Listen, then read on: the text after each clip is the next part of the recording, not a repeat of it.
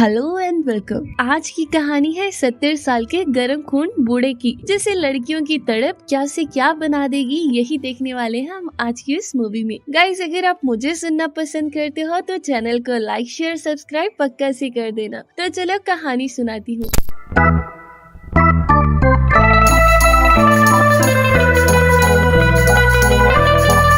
कहानी शुरू हुई चाइना सिटी के बदनाम फोटोग्राफर गैरी से, जो हर दिन की तरह आज भी लड़कियों की फोटोज देख रहा था। तभी उसकी दुकान पे एक लड़की अपनी फोटोज खिंचवाने आई। जैसे गैरी एक कोट देकर वहाँ से चला जाता है, पर जैसे ही वो लड़की कपड़े पहनने अंदर जाती है तो हम देख सकते हैं गैरी छुपकर उसे देख रहा है। जल्दी इस बात को वो लड़की भी जान गई थी, जिसपे वो उसकी दुकान के आगे बहुत हंगामा करती है। वहीं हम ली को देखते हैं, जो गैरी को समझाता है अब हम बूढ़े हो गए हैं तो हमें हमारे अरमानों पर काबू रखना चाहिए। पर गैरी तो आज भी खुद को जवान समझता था। वो ली की बातों को इग्नोर करते हुए घर जाकर अपने जागे हुए अरमानों को मुक्ति देता है। गैरी ने अभी तक शादी नहीं की, मतलब कि वो अभी भी कुंवारा है। अगली सुबह गैरी की दुकान पर एक लड़का अपनी फोटोग्राफ्स को खिंचाने आता है। जब गैरी उन फोटोज को बना रहा था तो वो लड़का गैरी के काम को देखता है। वो गैरी से कहता है, तुम वही बदनाम फोटोग्राफर हो ना, जो कई बार जेल जाते जाते बचा है। तभी वहाँ ली भागते हुए आता है। असल में शहर में एक नया होटल खुला था, जहाँ लड़कियाँ पैसों के बदले में कुछ भी करती थी। तो बस रात होते ही दोनों उस जगह पहुँच जाते हैं, जहाँ एक लड़की को देखते ही गैरी के अंदर का शैतान जाग उठता है। तो बस दोनों उसके कमरे में चले जाते हैं। पर गैरी अब जो बुढ़ा था तो उसका पूरा मिशन फेल हो गया था, जिसपे वो लड़की सूजी पहले तो गैरी का बहुत मजाक बनाती है, पर फिर उसे एक दवाई के बारे में बताती है, जिसे खाने के बाद वो बूढ़े से जवान हो जाएगा। सूजी की बातें सुनकर गैरी सोच में पड़ गया था, क्योंकि उसे वो दवा चाहिए थी, लेकिन सूजी नहीं जानती थी कि वो दवा कहाँ मिलती है। अगली सुबह एक होटल में लड़की का फोटोशूट चल रहा था, जिसमें गैरी भी शामिल था। वो लड़की दिखने में इतनी खूबसूरत थी कि मौका पाकर गैरी उसके पास चला गया और खुद पर काबू खोकर उसे छूने लगा, जिसपे वो लड़की कहती है, मेरा रेट बहुत हाई है और मैं तुम जैसे बुढ़े लोगों को अपने आसपास भटकने भी नहीं देती। ये सुनकर गैरी को बहुत गुस्सा आया, तो उसने उसका गला पकड़ लिया। तभी वहाँ पर मैनेजर आकर उसे छुड़ाता है, पर वो गैरी को बहुत मारता है। अब इतनी बुरी तरह पिटने के बाद गैरी को उससे बदला लेना था, पर अब जो वो एक बूढ़ा था तो वो तो बदला नहीं ले सकता, इसलिए वो शहर में इधर उधर घूम रहा था। तभी उसकी नजर मेडिकल स्टोर पर जाती है। गैरी तुरंत उस मेडिकल स्टोर पर जाता है, जहाँ एक लेडी बैठी थी। गैरी सीधा ही उससे घोड़े की तरह जवान करने वाली दवाई मांगता है, पर उस औरत के पास ऐसी कोई दवा नहीं थी, जिसपे गैरी उदास होकर वहाँ से जाने लगता है। तभी वहाँ पर एक और औरत ली आती है, जो गैरी को कोई और समझकर कहती है,